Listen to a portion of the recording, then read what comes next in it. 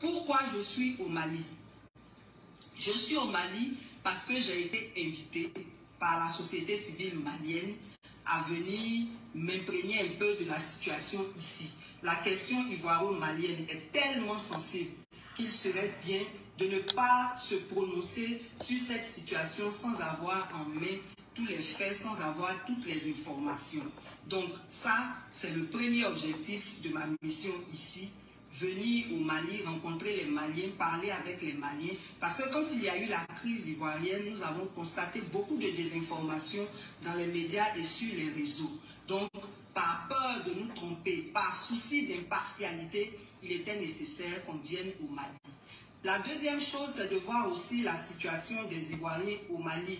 Donc, nous avons rencontré le président de la communauté ivoirienne au Mali, le président même de la Fédération des communautés africaines au Mali, et par la grâce de Dieu, on peut dire que la cohésion est toujours de mise, il n'y a aucun problème, il n'y a pas de problème entre les communautés sur place. Voilà.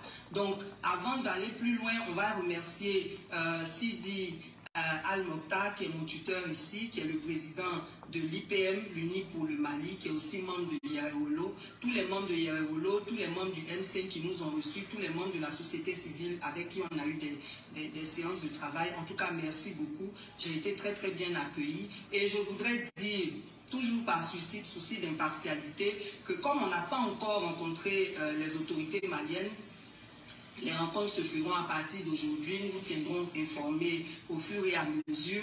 Nous voulons simplement dire qu'il y a tellement de liens entre la Côte d'Ivoire et le Mali qu'il est très très important que les deux parties, c'est-à-dire les deux États, fassent tout pour trouver un terrain d'entente, pour trouver une issue heureuse, parce que le Mali et la Côte d'Ivoire, c'est des liens historiques, c'est des liens familiaux, c'est des liens économiques, c'est des liens très forts. Et nous, en tant que société civile, tout ce que nous pouvons espérer, c'est que la sagesse habite les deux parties pour que le conflit n'arrive pas à des proportions qui aillent dans un conflit armé. Voilà. On veut la paix, on veut le dialogue, on veut la réconciliation. Et nous voulons aussi apporter notre soutien aux 49 militaires. Ce sont des Ivoiriens qui sont dans des difficultés. Nous devons les soutenir, nous devons soutenir leurs familles, leurs amis et prier le Seigneur que tout rentre dans l'ordre. Pour notre part, nous allons apporter notre modeste contribution en discutant avec les autorités maliennes, en plaidant en faveur de nos militaires. En tout cas, on espère que les dirigeants de nos deux États seront habités par suffisamment de sagesse pour une issue heureuse. Donc, quand nous aurons tous les éléments que nous souhaitons, on fera peut-être une conférence de presse à notre tour, mais en attendant, c'est tout ce que nous pouvons souhaiter, que les Ivoiriens et les Maliens retrouvent leur relation d'entente. Voilà.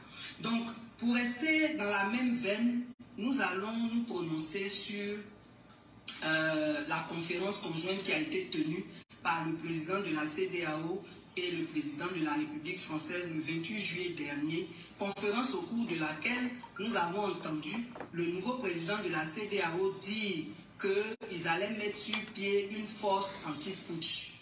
Vraiment, c'est une décision que nous trouvons, on va dire, un peu imparfaite. Pourquoi?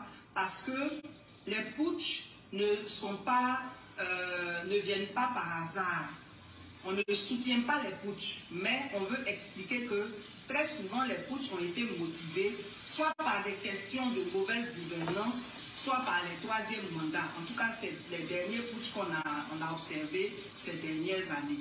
Et donc, nous voulons dire que le mieux serait de s'attaquer aux causes plutôt qu'aux conséquences. Donc, nous, en tant que société civile, en tant que garant de la bonne gouvernance, nous pensons que la CEDEAO devait renforcer son rôle de